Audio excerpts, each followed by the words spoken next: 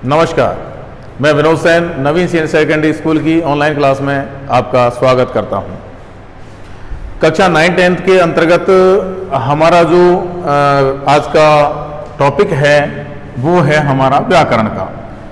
हम व्याकरण प्रारंभ कर रहे हैं, यहीं से हम हमारी जो बेसिक सामान्य व्याकरण है उसको आज प्रारंभ कर रहे हैं। तो देखिए, सबसे पहले मैं आपको व्याकरण जो शब्द है इस शब्द के बारे में थोड़ी सी व्याख्या कर दूं, उसके बाद हम इस टॉपिक को कंटिन्यू स्टार्ट करते हैं। ठीक है, तो देखिए, ये जो व्याकरण शब्द है ये दो शब्दों से मिलकर बना है। इस व्याकरण की बात कर रहा हूं। ये व्याकरण जो शब्द है दो शब्दों से मिलकर बना है। दो शब्द कौन कौन से हैं? देखिए, एक है बी और दूसरा है आकरण।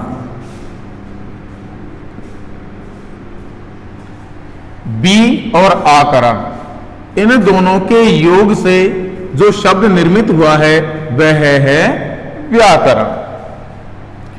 अब वी का क्या अर्थ है और आकरण का क्या अर्थ है, इसके बारे में हम थोड़ी सी चर्चा कर लेते हैं। तो देखिए, वी का अर्थ होता है विशेष रूप से,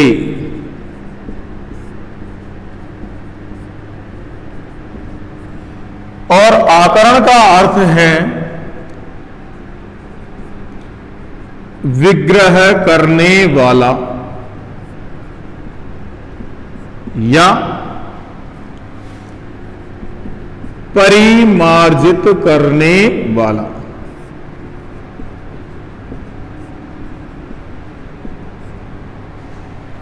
ठीक है, तो देखिए, व्याकरण शब्द के बारे में हम बात कर रहे हैं। व्याकरण जो शब्द है ये शब्द दो शब्दों से मिलकर बना है। एक है बी जिसका अर्थ है विशेष रूप से, और दूसरा शब्द है आकरण जिसका अर्थ होता है विग्रह करने वाला या परिमार्जित करने वाला। तो यहां पर जो व्याकरण है उसकी सामान्य परिभाषा की यदि हम बात करें तो व्याकरण की सामान्य परिभाषा क्या होगी? देखिए, आपको मैं बता दूं कि व्याकरण अपने आप में एक शास्त्र है, एक विषय है।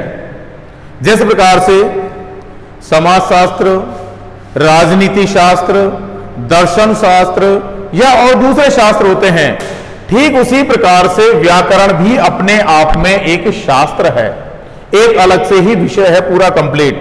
तो व्याकरण की भी अपनी एक परिभाषा है, और वह परिभाषा क्या है? तो देखिए, इसकी परिभाषा होगी वह शास्त्र, मैं आपको लिख के भी बताऊंगा, वह शास्त्र जो किसी भाषा को शुद्ध रूप से लिखने और बोलने के नियमों का ज्ञान करवाता है, उसे व्याकरण कहते हैं। तो परिभाषा क्या होगी? देखिए, वह शास्त्र जो किसी भाषा को, कोई सी भी भाषा हो, किसी भाषा को बोलने और लिखने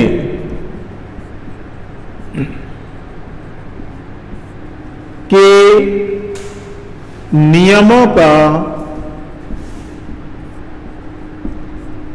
ज्ञान कराता है। यानी व्याकरण कौन सा शास्त्र है? वह शास्त्र है, व्याकरण वह शास्त्र है जो किसी भाषा को बोलने और लिखने के नियमों का ज्ञान कराता है। उसे क्या कहते हैं हम? उसे हम व्याकरण कहते हैं। क्या कहते हैं? व्याकरण कहते हैं। क्योंकि मैंने आपको बताया है और क्लास में भी मैंने आपको कई बार समझाया था, आज मैं आपको फिर यहां समझाने का प्रयास कर रहा हूं कि दो चीजें हैं हमारे पास। देखिए, एक है भाषा और दूसरा है विषय। इन दोनों में क्या अंतर है? तो इन दोनों का अंतर है वो यहां स्पष्ट हो जाता है कि जिसका व्याकरण होता है जिसका व्याकरण होता है उसे भाषा कहते हैं, और जिसका कोई व्याकरण नहीं होता उसे क्या कहते हैं? विषय कहते हैं। तो यहां पर परिभाषा में बिल्कुल साफ स्पष्ट हो रहा है कि किसी भाषा को, यानी वह शास्त्र जो किसी भाषा को, यानी कोई भी भाषा है संसार की, कोई भी भाषा, क्योंकि सभी भाषाओं का अपना व्याकरण होता है, तो वह शास्त्र जो किसी भाषा को बोलने और लिखने के नियमों का ज्ञान कराता है वह व्याकरण शास्त्र कहलाता है। अब देखिए, अब व्याकरण के अंतर्गत तो बहुत सारे टॉपिक होते हैं। उन टॉपिकों में हमें पता होना चाहिए कि हमें कौन कौन से टॉपिक्स पढ़ने हैं, तो उनके बारे में मैं आपको अभी जानकारी देता हूं। यहां पर एक डायग्राम के माध्यम से मैं अभी आपको समझाने का प्रयास कर रहा हूं। देखिए कि हमें कौन कौन से टॉपिक हैं वो व्याकरण के अंतर्गत पढ़ने हैं। तो देखिए, व्याकरण में सबसे पहले हमको मूल रूप में इन 3 टॉपिक्स के बारे में बात करनी है, जिसके अंतर्गत सबसे पहले आता है वर्ण। इसी को अक्षर भी कहते हैं या फिर ध्वनि। ठीक है, यानी सबसे पहले पढ़ेंगे हम वर्ण, अक्षर और ध्वनि। फिर उसके बाद अगला आता है हमारा शब्द, और तीसरा आता है हमारा वाक्य नामक टॉपिक। ठीक है, तो सबसे पहले हम पढ़ेंगे वर्ण, अक्षर और ध्वनि। उसके बाद नंबर आता 2 पे आता है शब्द, और बाद में आता है वाक्य। अब देखिए, शब्द जो टॉपिक है, ये शब्द टॉपिक इसके अंतर्गत ही हमारी जो व्याकरण है वो पूरी समाहित है। इस शब्द टॉपिक हैं, इसके कई भाग हैं जिनको हमें पढ़ना है। देखिए डायग्राम के माध्यम से मैं आपको बताऊं। इसके अंतर्गत सबसे पहले हम पढ़ेंगे शब्द को उत्पत्ति के आधार पर। उत्पत्ति के आधार पर, यानी उत्पत्ति के आधार पर शब्द कितने प्रकार के होते हैं, कौन कौन से होते हैं, इसके बारे में बात करेंगे। फिर उसके बाद अगला आता है रचना के आधार पर।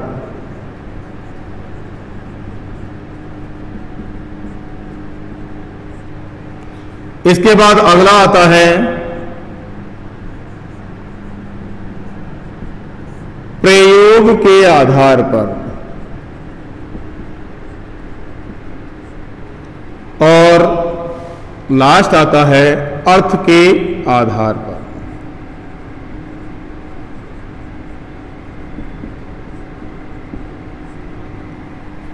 तो ठीक है, आपके समझ में आ गया होगा। व्याकरण जो टॉपिक है इसके अंतर्गत मूल रूप से सबसे पहले हम पढ़ेंगे वर्ण, अक्षर और ध्वनि को। इसके बाद आता है हमारा शब्द टॉपिक, और शब्द टॉपिक है इसके अंतर्गत ये 4 भागों में विभक्त हैं। इसमें सबसे पहला है उत्पत्ति के आधार पर, अगला है रचना के आधार पर, फिर अगला है प्रयोग के आधार पर, और अंतिम है अर्थ के आधार पर। अब इनको भी कई भागों में विभक्त किया गया है, जिसके बारे में अभी हम चर्चा कर लेते हैं। देखिए, शब्द जो है यह उत्पत्ति के आधार पर कितने प्रकार के होते हैं। तो देखिए, शब्द है ये उत्पत्ति के आधार पर 5 प्रकार के होते हैं। कितने प्रकार के होते हैं? 5 प्रकार के होते हैं। कौन कौन से होते हैं? देखिए, तत्सम, तत्सम शब्द, फिर उसके बाद अगला आता है तद्भाव शब्द,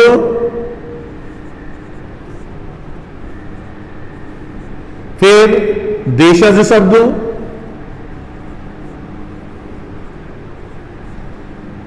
फिर अगला आता है विदेशी शब्द, यानी विदेशी भाषाओं के शब्द, और अंतिम आता है संकर शब्द। ठीक है, तो शब्द नामक जो टॉपिक है ये उत्पत्ति के आधार पर 5 भागों में बांटा गया है। पहला है तत्सम शब्द, दूसरा है तद्भव शब्द, तीसरा है देशज शब्द, चौथा है विदेशी शब्द और पांचवा है संकर शब्द। ठीक इसी प्रकार से ये दूसरे जो हमारे टॉपिक्स हैं ये भी कई भागों में बांटे गए हैं, इनके बारे में मैं आपको बता देता हूं। अब रचना के आधार पर भी इसको 3 भागों में बांटा गया है। 3 कौन कौन से हैं देखिए। इसमें पहला है रूढ़ शब्द, दूसरा है यौगिक शब्द,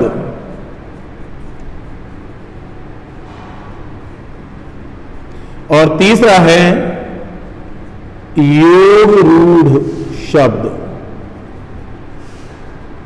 ठीक है, देखिए अब रचना के आधार पर कितने भागों में बांटा गया है? शब्द को 3 भागों में बांटा गया है। पहला है रूढ़ शब्द, दूसरा है यौगिक शब्द और तीसरा है योग रूढ़ शब्द। इसके बाद हम बात करते हैं प्रयोग के आधार पर।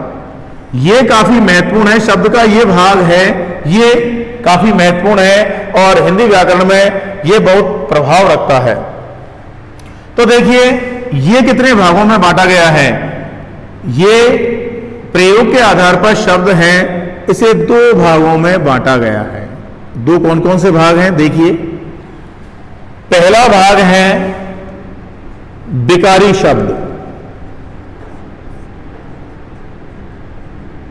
और दूसरा है अविकारी शब्द। ठीक है, 2 भागों में बांटा गया है। अब इन विकारी शब्द और अविकारी शब्दों को भी अलग अलग भागों में बांटा गया है, तो इनके बारे में हम थोड़ी सी बात कर लेते हैं। देखिए विकारी शब्द है, इसे कितने भागों में बांटा है? तो इसे 4 भागों में बांटा है। क्योंकि आपको बता दूं मैं, शब्द का जो टॉपिक है इसमें प्रयोग के आधार पर विकारी और अविकारी ये काफी महत्वपूर्ण है और हमारे पाठ्यक्रम में सबसे ज्यादा जो प्रभाव होता है वो विकारी अविकारी का ही होता है। बाकी के दूसरे हैं उनका भी होता है, उनका भी कुछ ना कुछ भाग हमारे पाठ्यक्रम में शामिल होता है, लेकिन सबसे ज्यादा जो होता है और हम छोटी क्लास से ही जो पढ़ते आ रहे हैं वो विकारी और अविकारी को ही पढ़ते आ रहे हैं। लेकिन चूंकि हमारी क्लास अब डेवलप हो चुकी है, हम 9-10 में प्रमोट हो चुके हैं, तो यहां पर इसका जो विस्तृत रूप है वो हमको पढ़ना है। तो देखिए विकारी शब्द की हम बात करें तो विकारी जो शब्द है इसको कितने भागों में बांटा है? 4 भागों में बांटा गया है। कितने भागों में बांटा गया है? 4 भागों में बांटा गया है। कौन कौन से हैं देखिए। एक है संज्ञा, दूसरा है सर्वनाम, अगला है विशेषण और अंतिम है क्रिया। ठीक है, तो विकारी शब्द है इसको कितने भागों में बांटा गया है? 4 भागों में, संज्ञा, सर्वनाम, विशेषण और क्रिया। ठीक इसी प्रकार से विकारी की तरह ही अविकारी शब्द है, इसे भी 4 भागों में बांटा गया है। कौन कौन से हैं देख लेते हैं हम। तो देखिए इसमें सबसे पहले है क्रिया विशेषण। क्रिया विशेषण, क्योंकि जैसा कि आपको बता दूं अविकारी का ही अन्य जो नाम है वह होता है अव्यय। इसको हम अव्यय भी कहते हैं, अविकारी भी कहते हैं और अव्यय भी कहते हैं। तो अविकारी ये जो या अव्यय है ये 4 प्रकार के होते हैं। क्रिया विशेषण, अगला है संबंध बोधक,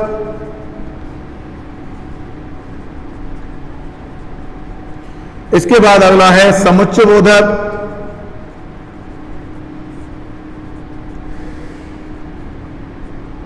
और अंतिम है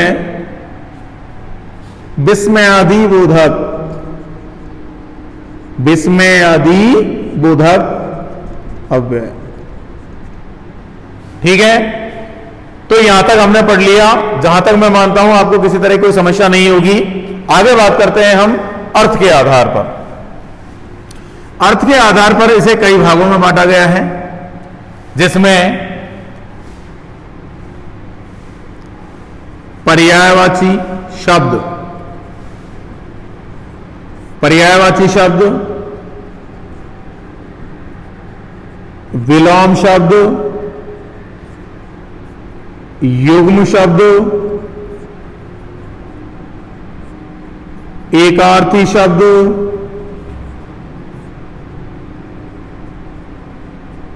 अनेकार्थी शब्द,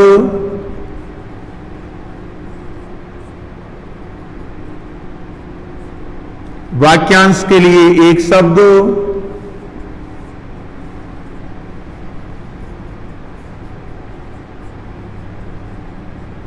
और पशु व पक्षियों की बोलियां।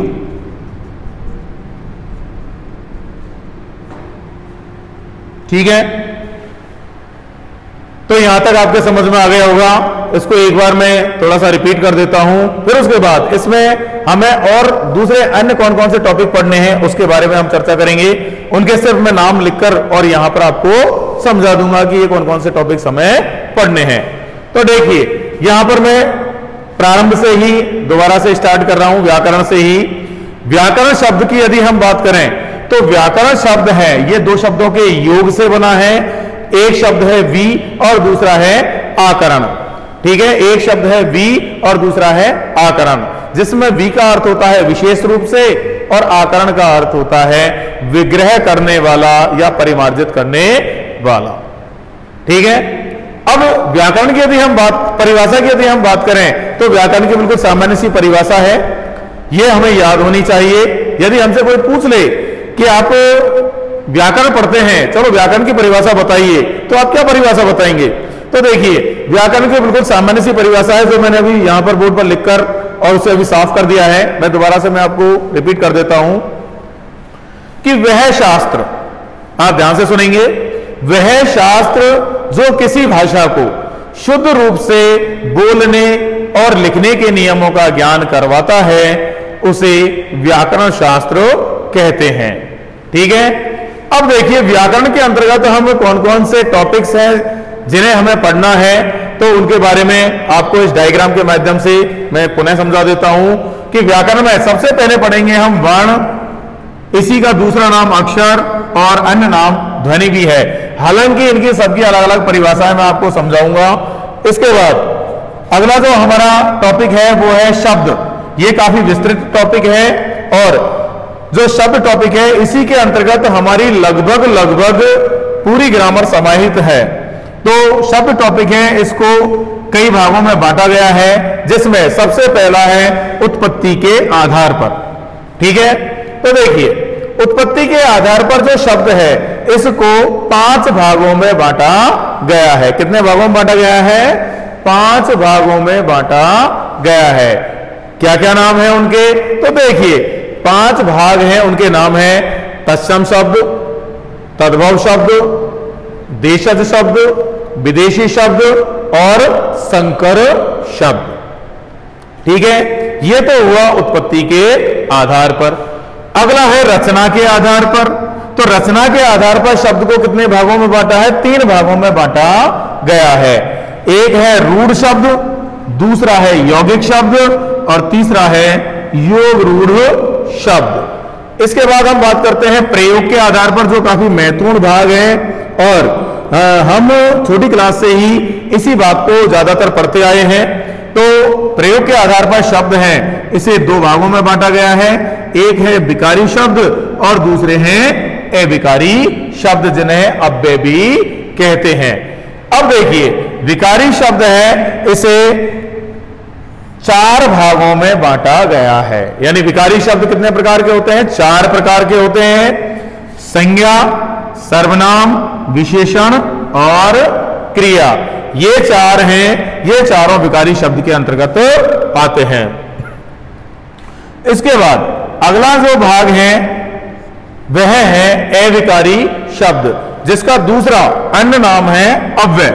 इसे हम अव्यय के नाम से भी जानते हैं। इसे भी चार भागों में बांटा गया है। देख लेते हैं उनके क्या क्या नाम है। पहला है क्रिया विशेषण, अगला है संबंध बोधक, फिर अगला है समुच्चय बोधक और अंतिम है विस्मय आदि बोधक। इसके अलावा फिर आगे हम बात करते हैं अर्थ के आधार पर, और अर्थ के आधार पर जो शब्द है इसे कई भागों में बांटा गया है, जिसके अंतर्गत पढ़ते हैं हम पर्यायवाची, विलोम, युग्म शब्द, एकार्थी शब्द, अनेकार्थी शब्द, वाक्यांश के लिए एक शब्द, पशु पक्षियों की बोलियां। इसके अलावा इसमें हम लोकोक्ति भी पढ़ते हैं, लोकोक्ति, मुहावरे इत्यादि, ये हम शब्द टॉपिक के अंतर्गत पढ़ते हैं। अब बात करते हैं हम वाक्य। तो देखिए ये भी हमारा काफी महत्वपूर्ण भाग है। वाक्य, वाक्य किसे कहते हैं और वाक्य कितने प्रकार के होते हैं, यह सबसे महत्वपूर्ण बात है। तो देखिए वाक्य की एक सामान्य सी परिभाषा मैं भी आपको बता देता हूं, लेकिन जैसे ही वाक्य का टॉपिक हमारा स्टार्ट होगा तब हम पुनः पढ़ेंगे इसको विस्तृत रूप में। लेकिन यहां पर वाक्य की एक सामान्य सी परिभाषा मैं आपको बता देता हूं कि वाक्य की परिभाषा क्या होगी। तो देखिए भाषा की वह संगठनात्मक इकाई, ध्यान से सुनेंगे, भाषा की वह संगठनात्मक इकाई जिसके द्वारा भाव और विचार व्यक्त किए जाते हैं। भाषा की वह संगठनात्मक इकाई जिसके द्वारा भाव और विचार व्यक्त किए जाते हैं या जा सकते हैं, उसे क्या कहते हैं, वाक्य कहते हैं। अब वाक्य तीन प्रकार के होते हैं। कौन कौन से होते हैं देखिए, एक होते हैं सरल वाक्य,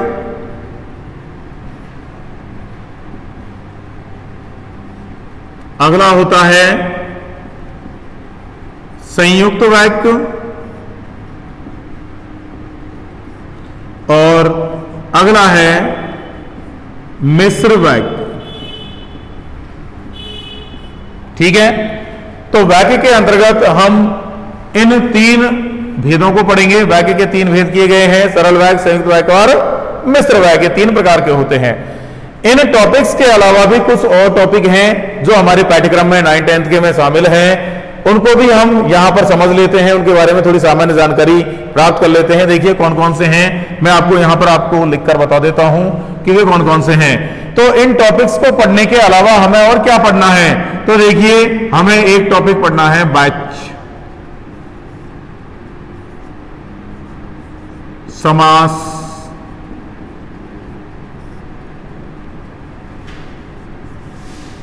संधि,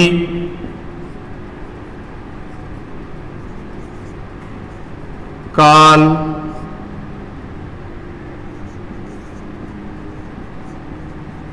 लिंग,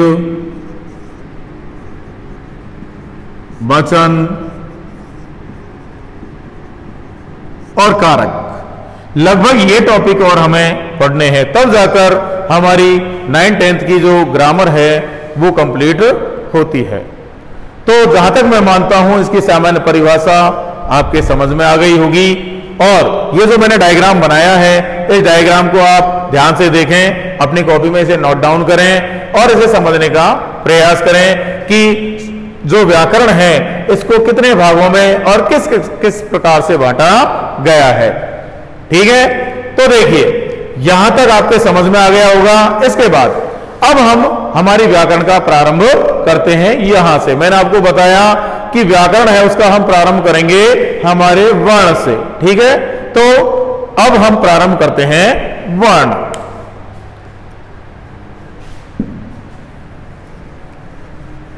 तो यहां तक जहां तक मैं मानता हूं आपके समझ में आ गया होगा। बड़े सरल तरीके से इसको समझाने का प्रयास किया गया है। डायग्राम को भी बहुत अच्छे तरीके से बनाकर प्रस्तुत किया गया है ताकि आपको आसानी से और स्पष्ट रूप से समझ में आ जाए। ठीक है, तो देखिए विद्यार्थियों, अब हम बात करते हैं हमारा जो मूल टॉपिक है उसके ऊपर। और आज का हमारा टॉपिक है वर्ण। आज हम वर्ण के ऊपर चर्चा करते हैं। ठीक है, तो वर्ण किसे कहते हैं, वर्ण कौन कौन से होते हैं, वर्ण कितने प्रकार के होते हैं, क्या इनकी परिभाषाएं हैं, कौन कौन से इनके उदाहरण हैं, इनके बारे में हम सामान्य रूप से चर्चा करेंगे। ठीक है, तो देखिए वर्ण, इसकी परिभाषा की हम बात करें। सबसे पहले इसकी परिभाषा की हम बात करेंगे कि वर्ण किसे कहते हैं। तो देखिए वर्ण की बिल्कुल साधारण सी सामान्य सी परिभाषा है, भाषा की वह छोटी से छोटी इकाई, भाषा की वह छोटी से छोटी इकाई जिसे विच्छेदित नहीं किया जा सकता या जिसके टुकड़े नहीं किए जा सकते या जिसे विभाजित नहीं किया जा सकता, उसे वर्ण कहते हैं। देखिए लिखकर बता रहा हूं मैं आपको यहां पर, भाषा की वह छोटी से छोटी इकाई, छोटी से छोटी, छोटी से छोटी का मतलब होता है लघुतम, सबसे छोटी इकाई,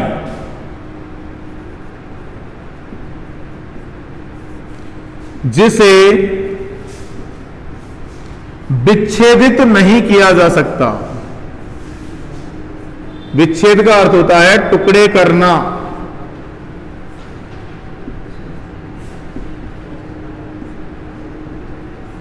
विच्छेदित नहीं किया जा सकता, उसे क्या कहते हैं, उसे वर्ण कहते हैं। ठीक है, तो देखिए बिल्कुल सामान्य सी सीधी सी परिभाषा है वर्ण की, जिसके बारे में हम चर्चा करेंगे अभी। भाषा की वह छोटी से छोटी इकाई जिसे विच्छेदित नहीं किया जा सकता, उसे क्या कहते हैं, उसे वर्ण कहते हैं।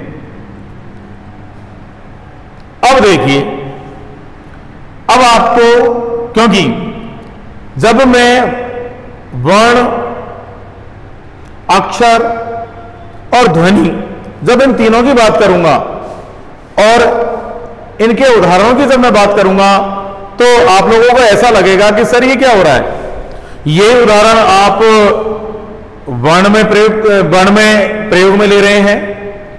ठीक इसी प्रकार के जो उदाहरण हैं वे अक्षर में हैं, ठीक इसी प्रकार के उदाहरण हैं वे ध्वनि में हैं। तो देखिए वहां पहुंचने से पहले ही मैं आपको स्पष्ट कर देता हूं कि जो वर्ण है, ये वर्ण कितने प्रकार के होते हैं। तो देखो वर्ण दो प्रकार के होते हैं। कितने प्रकार के होते हैं, दो प्रकार के होते हैं। वर्ण दो प्रकार के होते हैं। अब ये दो प्रकार कौन कौन से होते हैं देखिए, तो एक प्रकार है स्वर और दूसरा प्रकार है व्यंजन। ठीक है, वर्ण कितने प्रकार के होते हैं, दो प्रकार के होते हैं, एक है स्वर और दूसरा है व्यंजन। यानी कुल मिलाकर कहने का तात्पर्य यह है कि स्वर ध्वनियों को भी हम वर्ण कह देते हैं और व्यंजन ध्वनियों को भी हम सामान्य रूप से वर्ण कह देते हैं। तो ऐसी जगह पर आपको कंफ्यूज होने की आवश्यकता नहीं है, आप भ्रमित नहीं हो, क्योंकि वर्ण है ये दो प्रकार के होते हैं, स्वर भी वर्ण है और व्यंजन भी वर्ण के अंतर्गत आते हैं। ठीक है, तो अब हम आगे बढ़ते हैं। देखो परिभाषा हमारी क्या कहती है, भाषा की वह छोटी से छोटी इकाई, यहां बात आ रही है हमारी इकाई के ऊपर। किसके ऊपर बात कर रहे हैं हम, इकाई के ऊपर बात कर रहे हैं। अब देखिए जैसे मैं आपको उदाहरण लिखूंगा तो उदाहरणों के माध्यम से आपके समझ में आएगा कि छोटी से छोटी इकाई होती कौन सी है, कैसे होती है। तो देखिए यहां पर एक बार परिभाषा, फिर उसके बाद उदाहरणों पर हम आते हैं।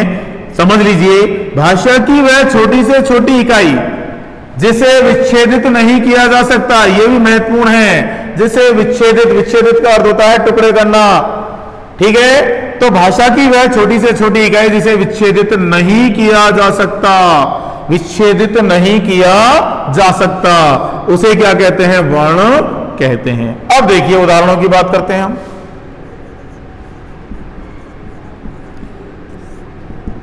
तो वर्ण के उदाहरण कौन कौन से हैं? तो देखिए,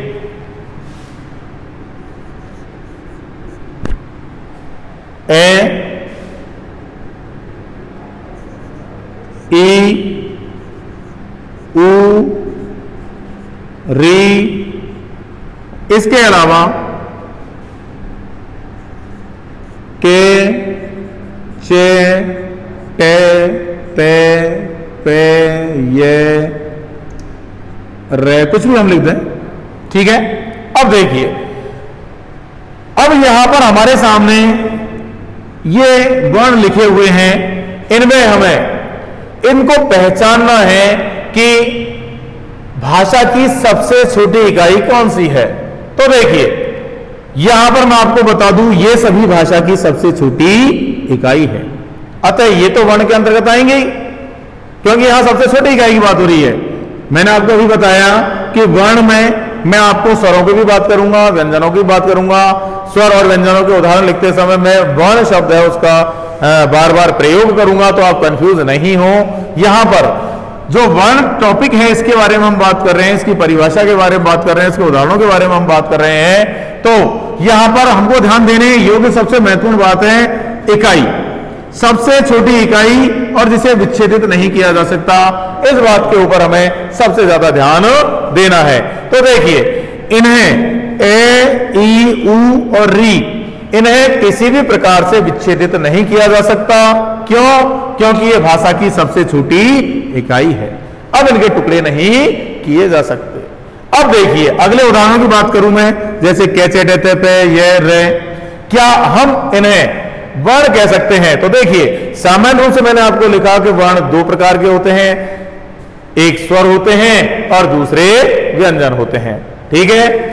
अब यहां पर के, चे, टे, ते, पे, ये, रे, इनकी यदि हम बात करें तो इस परिभाषा के अनुसार ये जो उदाहरण है, ये भाषा की सबसे छोटी इकाई के अंतर्गत नहीं आते हैं।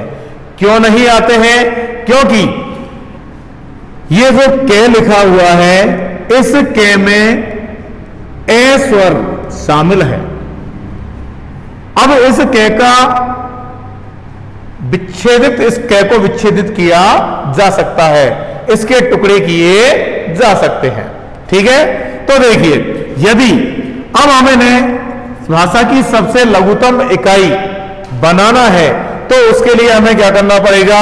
इसमें से ए जो स्वर है, इस ए स्वर को अलग करना पड़ेगा। जब ए स्वर अलग हो जाएगा, फिर उसके बाद ये सबसे भाषा की सबसे छोटी इकाई के रूप में काउंट हो जाएगी। तो देखिए, इसके लिए हमें क्या करना है? इसके लिए हमारे हिंदी में व्यवस्था की गई है हलंत की। एक प्रतीक है जिसे हम हलंत कहते हैं, जिसे इस रूप में लिखा जाता है, ठीक है। तो है, ये हलंत है जो किसी भी वर्ण के नीचे लग जाता है, तो उसमें शामिल जो स्वर है वह स्वर उससे अलग हो जाता है, और अलग होने के बाद वह वर्ण है वह सबसे छोटी इकाई के रूप में गिना जाता है। तो देखिए, यहां पर उदाहरणों के बारे में हम बात कर रहे हैं। तो ए, ई, उ, री, ये तो भाषा की सबसे छोटी इकाई यही है। इसके अलावा हम कोई भी उदाहरण लिखें और उसके नीचे हलंत लगा दें, तो यह भाषा की सबसे छोटी इकाई के रूप में गिना जाएगा। कुछ भी लिख सकते हैं हम, के, चे, टे, ते, पे, ये, रे, ले, और लिख लें आप, ले लिख लें, मैं लिख लें, और कोई सा भी बहुत सारे हमारे 33 वर्ण हैं उनको हम लिख लें। तो उनके नीचे हम यदि हलंत लगा देते हैं तो वे भाषा की सबसे छोटी इकाई के रूप में गिने जाते हैं। तो ठीक है, यहां तक आपके समझ में आ गया होगा कि वर्ण किसे कहते हैं। तो देखिए, भाषा की सबसे लघुतम इकाई, सबसे छोटी इकाई जिसके टुकड़े नहीं किए जा सकते, क्या कहलाती है? वर्ण कहलाती है। अब वर्ण के उदाहरणों की यदि हम बात करें तो ये इसके उदाहरण हैं, ए, ई, उ, री। इसके अलावा कोई भी हम यहां पर उदाहरण लिखें और उसके नीचे यदि हम हलंत लगा देते हैं तो हलंत लगाने से उसमें शामिल जो उसमें सम्मिलित जो स्वर है वह स्वर उससे अलग हो जाता है और वह भाषा की सबसे छोटी इकाई के रूप में गिना जाता है। ठीक है, तो यहां तक आपके समझ में आ गया होगा। इसके बाद अब हम बात करते हैं, मैंने आपको बताया कि वर्ण के अंतर्गत हम पढ़ेंगे वर्ण, अक्षर, ध्वनि। ठीक है, तो अगली बात आती है हमारी अक्षर।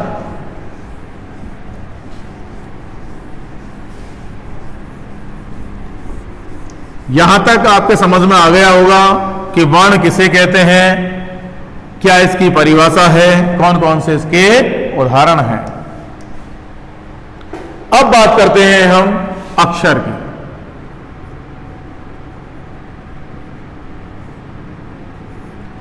देखिए, अक्षर की क्या परिभाषा होगी। तो अक्षर की परिभाषा बिल्कुल सामान्य सीधी सी परिभाषा है जिसके बारे में हम बात करते हैं।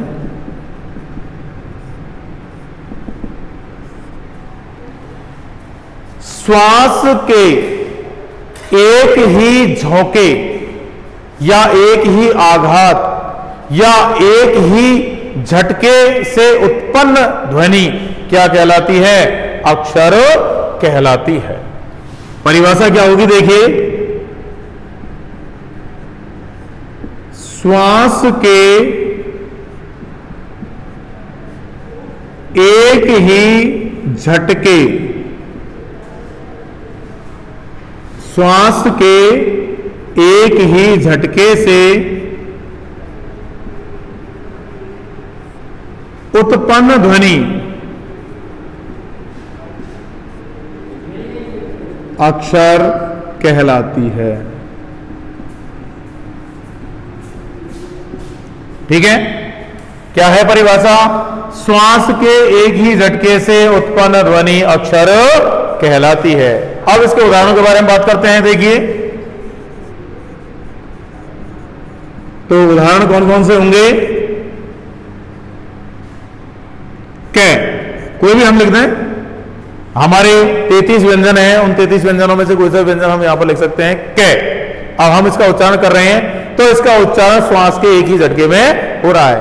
ठीक है, इसके लिए किसी तरह का कोई व्यवधान या कोई ज्यादा लंबा उच्चारण नहीं हो रहा है। देखिए, इसका उच्चारण करेंगे हम, क्या होगा, कै, चे, टे, ते, पे, ये, रे, ले, में, भे, है, और लिख सकते हैं हम कोई भी। ठीक है, तो श्वास के, जैसा कि परिभाषा हमारी बताती है कि अक्षर किसे कहते हैं, तो देखिए, श्वास के एक ही झटके से उत्पन्न, यानी एक ही झटके में उत्पन्न होने वाली ध्वनि है, वह क्या कहलाती है, अक्षर कहलाती है।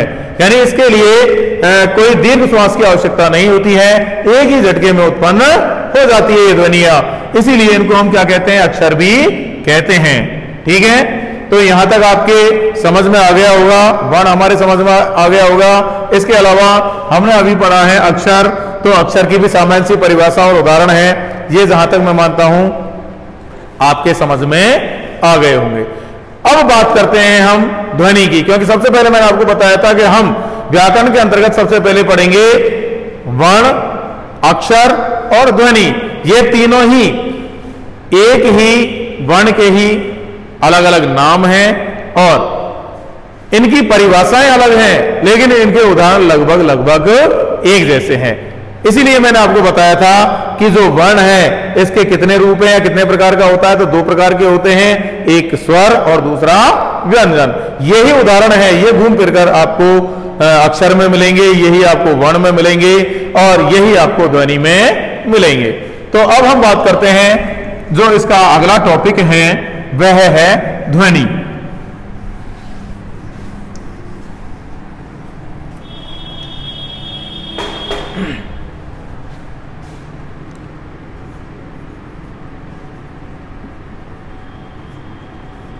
देखिए, अब हम बात करते हैं ध्वनि की।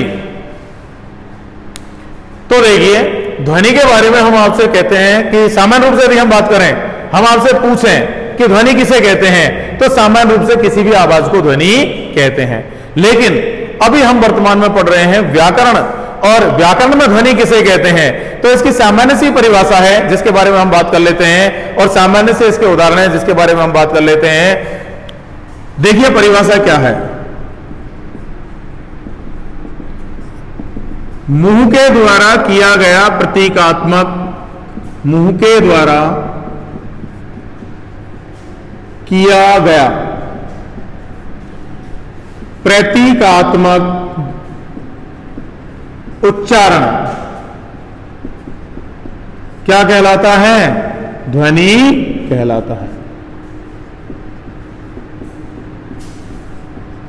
ठीक है, मुंह के द्वारा किया गया प्रतीकात्मक, यानी हमको सिर्फ ध्यान देना है प्रतीक के ऊपर।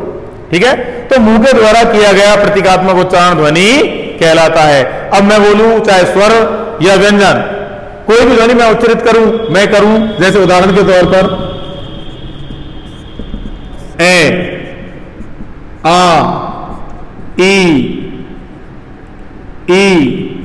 या के, चे, टे, ते, पे, कुछ भी हम उच्चारित करें तो ये सब किसके अंतर्गत आएंगे? ये सब किसके अंतर्गत आते हैं? ध्वनि के अंतर्गत आते हैं। तो ठीक है विद्यार्थियों, आज व्याकरण के अंतर्गत हमने वर्ण नामक टॉपिक पढ़ा, जिसमें वर्ण की परिभाषा और उदाहरण, इसके अलावा वर्ण के ही जो दूसरे भाग हैं, यानी वर्ण है उसके जो अन्य नाम हैं उनकी परिभाषा, जैसे अक्षर उसकी परिभाषा, इसके अलावा ध्वनि है उसकी परिभाषा और उदाहरणों के बारे में आज हमने जानकारी प्राप्त की है। जहां तक मैं मानता हूं आपके ये टॉपिक है वो ठीक प्रकार से समझ में आ गया होगा। इसके बाद मिलते हैं अगले वीडियो में, तब तक के लिए धन्यवाद।